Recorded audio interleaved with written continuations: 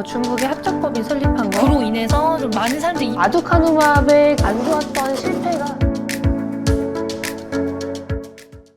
안녕하세요, 월리버입니다. 여러분, 드디어 힘들었던 1월 초중순 이후부터 지금까지를 넘어서 이제는 3월의 바이오가 다가오고 있습니다. 제가 이 제약바이오 지수 수익률 추이 표를 작년부터 열심히 보여드리고 있는데요. 12월은 역사적으로 제약바이오 지수가 좋았었기 때문에 1월 JP모건 헬스케어 컨퍼런스를 앞두고 12월에는 제약바이오 볼만하지 않을까요? 라고 설명을 드렸었고 실제로 12월 수익률이 정말 너무 좋았었습니다.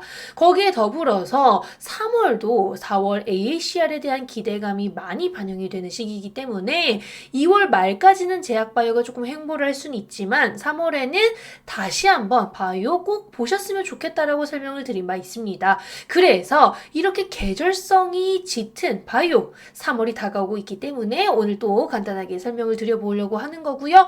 올해는 또 작년과는 다릅니다. 올해 3월도 좋아질 거라고 저는 예상을 하고 있고 지금 2월 말부터 실제로 좀 좋은 흐름 보여주려고 신용이라도 하고 있는 상황인데요. 올해 3월은 더 특별한 이유에 대해서 또 설명을 드려보도록 하겠습니다. 잊지 마시고 이 표는 다시 한번 보시길 추천드리고요. 이렇게 3월과 12월 보시면 이미 어느 정도 판단은 서셨을 것 같습니다. 제가 왜 2024년의 3월, 올해 3월을 더욱 기대하고 있는지 설명을 여러 번 드리긴 했었는데 이번에 다시 한번 설명을 드려보자면요. 제약바이오가 2, 3년간 바닥 다지기를 어느 정도 끝내놨고 정말 심각한 기업들은 많이 옥석가리기가 된 상황입니다. 거기에 더불어서 자금 조달 이슈가 크게 있을 기업들, 관리 종목 이슈가 있을 기업들은 어느 정도 추려졌죠. 거기에 더불어서 실적 시즌이 최근에 끝나가고 있기 때문에 2024년 전망에 대해서도 알 수 있게 되었습니다. 2023년 4분기 실적 시즌 때 2024년에 대한 전망을 언급을 많이 해주는데요. 4분기 실적 잘 나온 기업들의 경우에 2024년 전망까지 잘 나올 확률이 높겠죠. 그래서 제약주들과 대형 제약바이오 기업들 작년 4분기에 잘 나온 기업들이 생각보다 많았어요. 생각보다 작년 4분기에 실적 좋았던 기업들이 유독 제약바이오 섹터에서 많이 나왔던 걸 생각을 해보시면요. 올해도 지금과 같은 흐름을 보여줄 수 있을 가능성이 높다. 주가 말고 실적 측면에서 그렇게 비슷한 흐름 보여줄 수 있을 가능성이 높다라고 저는 생각을 하고 있습니다. 거기에 더불어서 국내외 신약 승인 여부도 정말 제약바이오 산업에 크게 영향을 주는데요. 3월 말에 HLB의 리보세라닙과 캄렐리주마브의 파이널 리뷰 결과가 예상되고 있고 3월 14일에는 시장성이 매우 큰 비알코올성 지방간염 치료제가 최초로 승인이 될 수 있을 거라는 예상이 되고 있습니다. 이렇게 두 개의 큰 이슈가 있는 3월 안 좋아질 수 없을 거라고 전 생각을 하고 있고요. 어찌됐든 4월 AACR 암학회의 초록도 3월에 공개가 되기 때문에 그런 걸 고려했을 때여도 3월에는 어느 정도 모멘텀이 많이 있는 시기다. 1월부터 2월까지는 모멘텀이 부재하기 때문에 횡보를 할 수 있고 안 좋을 수 있지만요. 이렇게 3월부터는 좋아질 수 있는 가능성이 단기적으로라도 있다라고 보시면 좋을 것 같습니다. 아참, AACR은 다른 암학회와는 다르게 초기 임상 데이터를 발표하는 경우가 많아요. 전 임상 데이터나 임상 1상 혹은 2상까지 발표를 하는 경우가 많기 때문에 AACR에 참여하는 국내 항암제 개발 기업들이 많답니다. 그런 것들도 결국에는 참여하는 기업이 많아질수록 섹터 전체에 좋은 흐름 가져다 줄 수 있는 걸 뜻한다고 생각을 해주시면 좋을 것 같습니다. 그러면 하나씩 살펴보도록 하겠습니다. 일단 실적 시즌을 보시면요. 제약바이오 기업들의 실적이 유독 빛났어요. 작년 4분기에 실적 많이 부러진 섹터들이 있었는데요. 제약바이오는 전체적으로 나쁘지 않았습니다. 특히나 제약주 중에서는 이 네 기업들 예상치보다도 잘 나오거나 2024년까지 기대되는 얘기를 많이 해주었는데요. 대형주들 또한 좋은 흐름 보여주고 있습니다. 삼성바이오틱스와 SK바이오팜 같은 대형주들은 실적 완전 서프라이즈 나면서 기대감을 더 가져갈 수 있는 그런 상황이 됐고요. 성장성에 대해서도 의심할 여지가 없다라고 보시면 좋을 것 같습니다.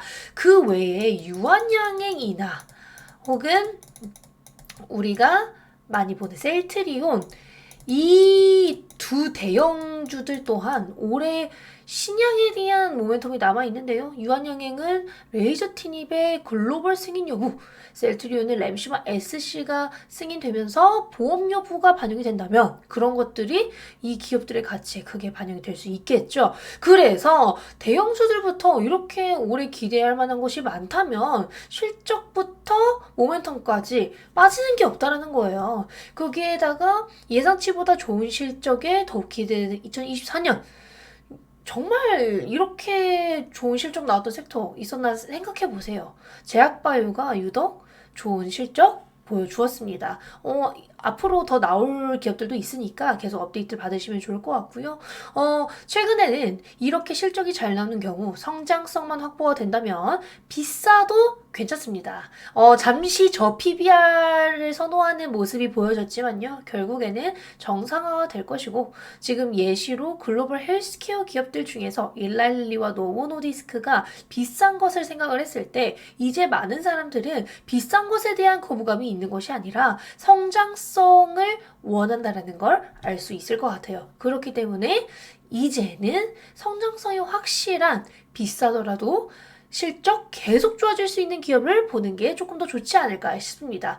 그래서 지금 제약바이오 보기 좋은 시즌이지 않을까 싶은 거고요.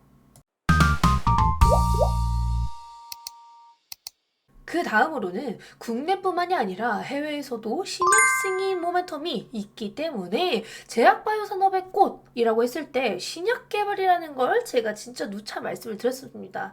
그런데 이런 신약 개발, 신약 승인이라는 큰 이슈가 3월에 국내외 둘 다 있네요.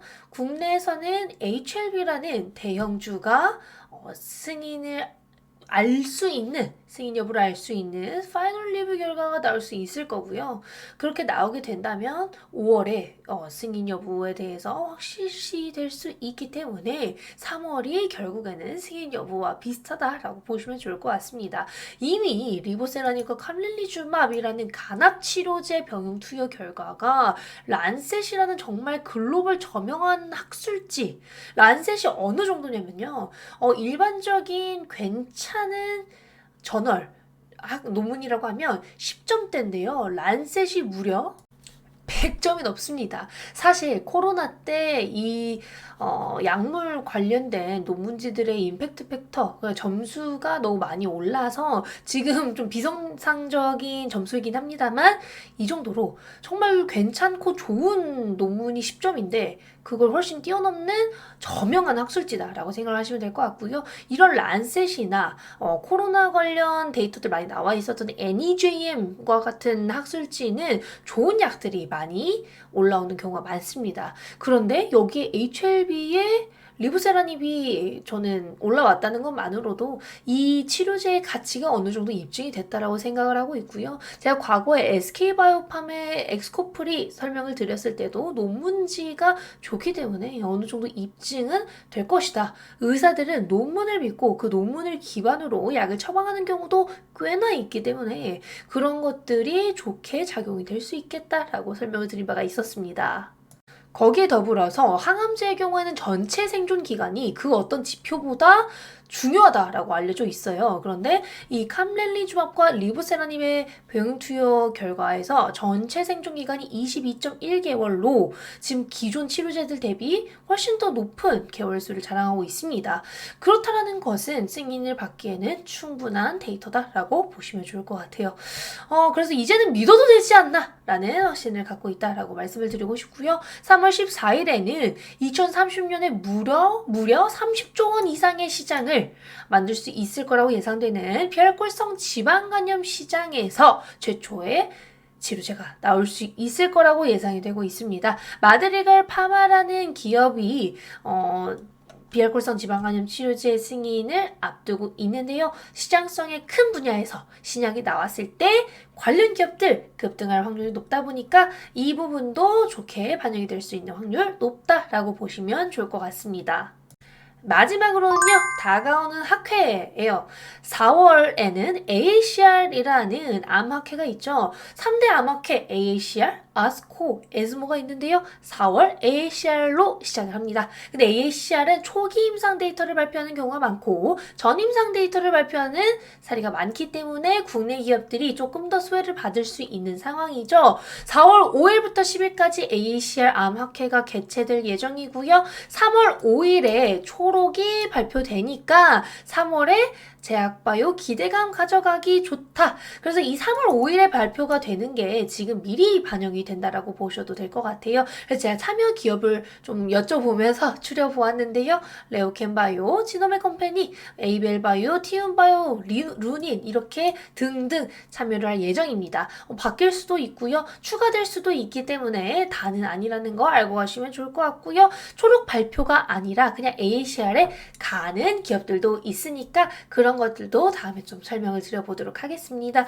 이제 AACR에 대한 모멘텀, 학회 모멘텀 지금 반영이 되면서 어느 정도 반등을 하고 있다라고 저는 생각을 하고 있습니다. 거기에 더불어서 플랫폼 3사 좋은 이슈 나올 확률이 높으니까요. 지금 그래도 바이오가 오르고 나서 보지 말고 지금 살짝 올랐을 때 보는 게 나중에도 좋을 수 있다라고 말씀을 드리면서 오늘도 시청해 주셔서 감사하고 다음에 뵙겠습니다. 안녕.